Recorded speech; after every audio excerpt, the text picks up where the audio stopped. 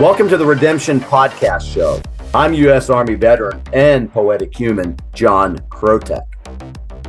And I am a former professional fighter, the champion soul, Jason Freebird Freeman.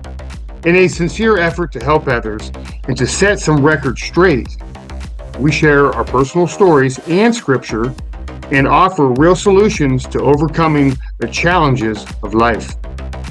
We appreciate you being here. And remember, the truth shall set you free.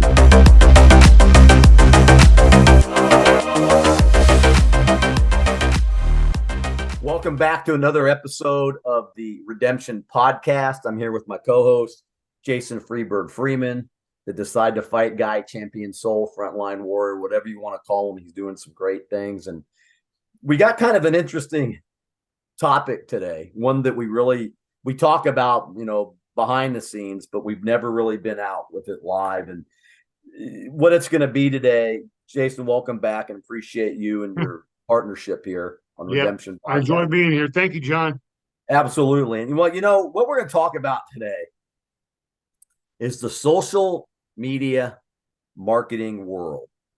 We'll talk about likes. We'll talk about shares. We'll talk about companies that we've worked with in the past. We may not name them by company, but we'll talk about the concepts and the challenges. The growing pain. Oh my gosh! Growing, boom, boom, boom.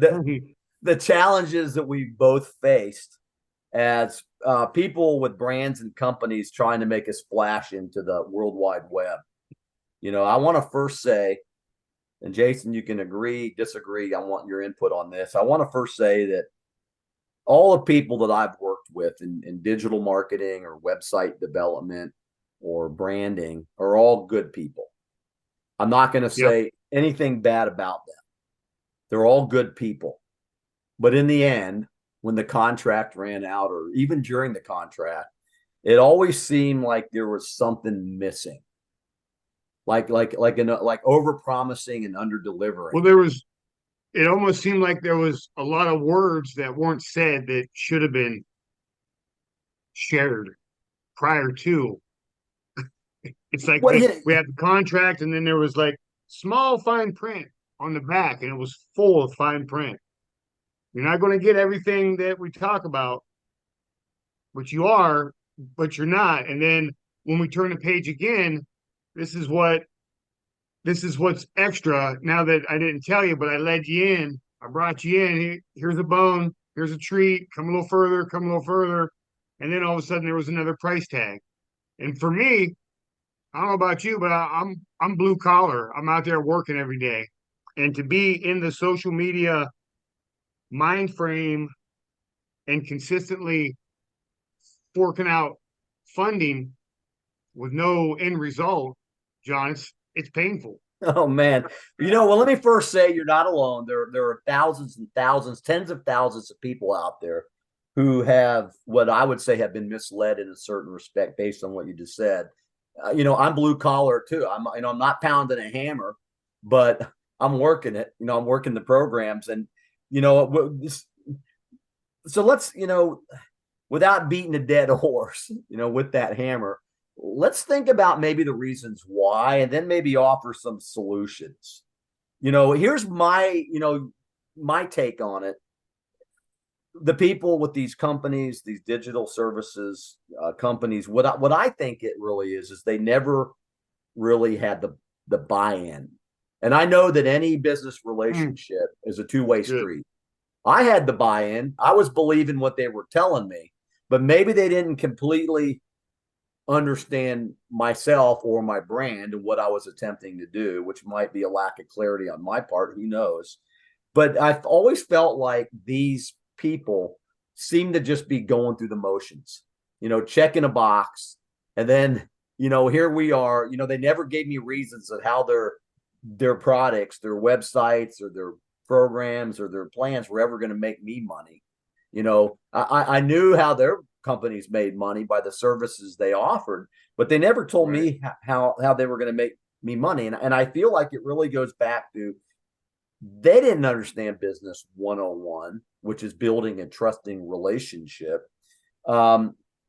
Good. and then they never fully understand me or my brand or my company. And so what this has done, and then Jason, you got to give me some, let's get some input here. What this has done is that this has created yet again lack of trust, which people are begging for these days. They want to trust in something. And it's made it more challenging to navigate the World Wide Web. I have the solutions, but tell me, Jason, what have your experience? How did you feel going into some of these relationships? Well, what I've gathered just from the experience that I've went through is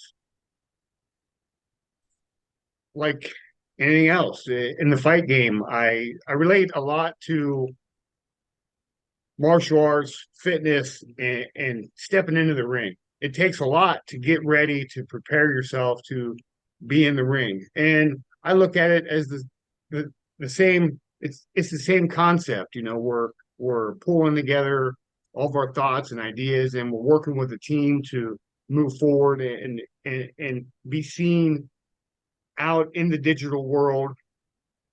But it's really, John, I believe it's a mirage. I even wrote this down. I took it in my notes because um, it could easily become a big distraction in a mirage of being able to move forward if you don't have the right team set into play. Like what you said, you know, buying into the vision.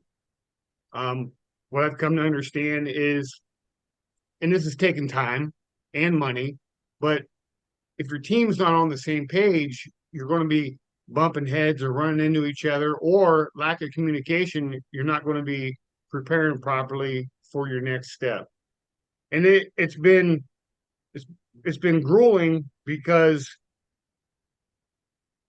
it's such like we went from a small area of our expertise and we're looking at branching out into the ocean, right? If we come from a small pond, like myself, a small lake in life, and I want to expand my knowledge out into the world because I have gifts I want to share. I know God's working in my life.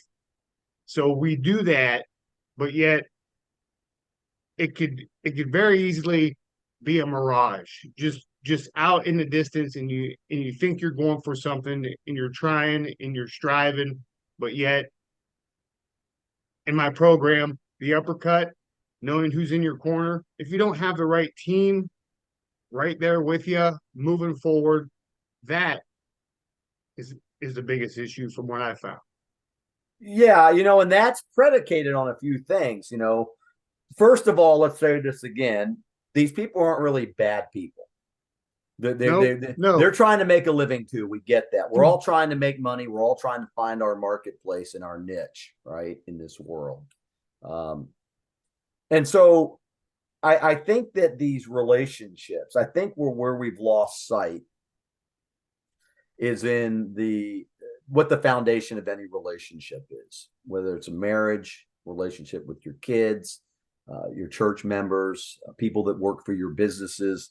They're all that, or they need to be based on integrity and honesty, open communication, and a belief in each other, a belief in the mission, a belief that you can get this done. And think about it. Why would any business owner want to just check a box, take money from a client and move on, and never really give them the package, the complete package that they had hoped for? I mean, after a while, word of mouth is huge. And after a while, with that kind of mindset, you're not going to make it.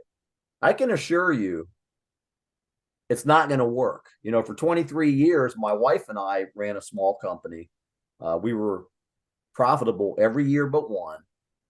And everybody that came in the doors to our company, we looked at as a valued customer. Now, obviously, we didn't please everybody, but we sure bent over backwards to help those get the right things they needed. Of course, it was retail, but we always followed up, and we always tried to do the best we could do. Think about that, Jason, the best you could do. What's the best that you can do as a digital services marketing company for your clients right now? How can you make tools? I can't tell you how many business owners I've talked to that are on website number 6 or website number 3, and the people they're working with in the website development business have taken their money and just the website doesn't work, it's broken, it doesn't reflect the messaging or the brand, and they're just off and running.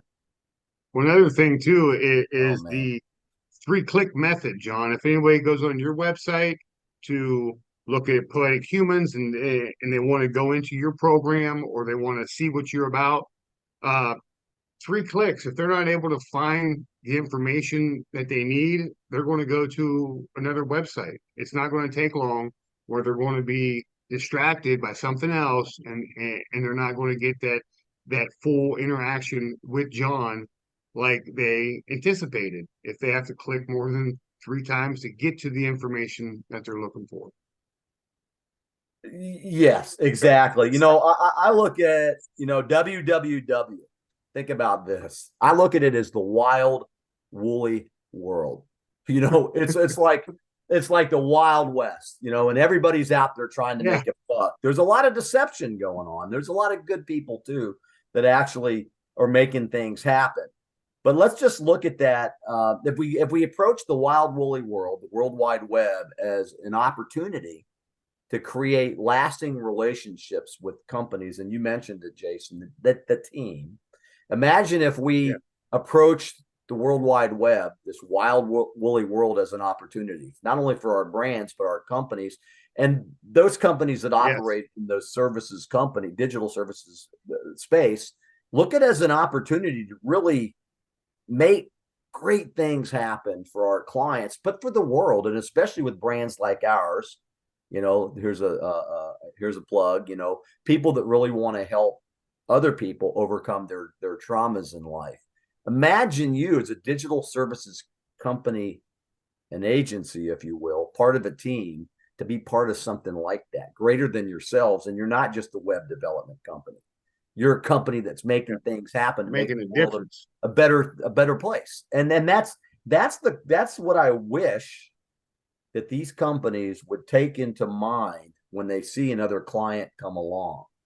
Because if you keep taking the money and you keep checking boxes and all you're worried about is likes and shares or getting that next buck, you're going to be out of luck. Sooner or later, it's going to catch up to you, and nobody's going to recommend you, and you're going to end up going to work for, Winn-Dixie or, some company doing something different. If you're in the space, work for your clients, help them make money.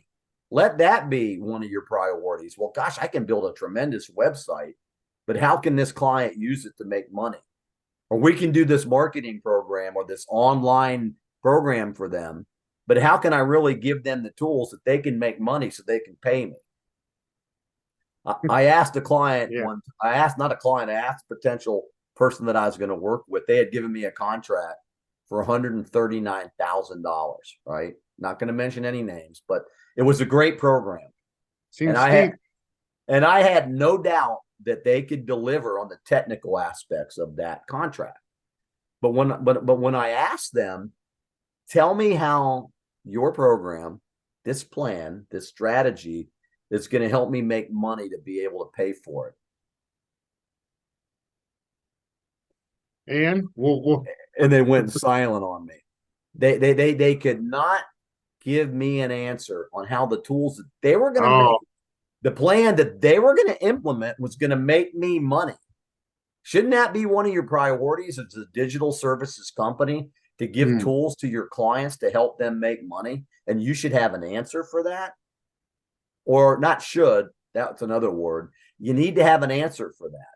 Those that are still listening, how are you going to help your clients make money with the tools that you create, whether it's videos or websites or these online programs like I just mentioned? How are you going to do that? See that? That's the question. That's the question. How are you going to help your clients make money and have success?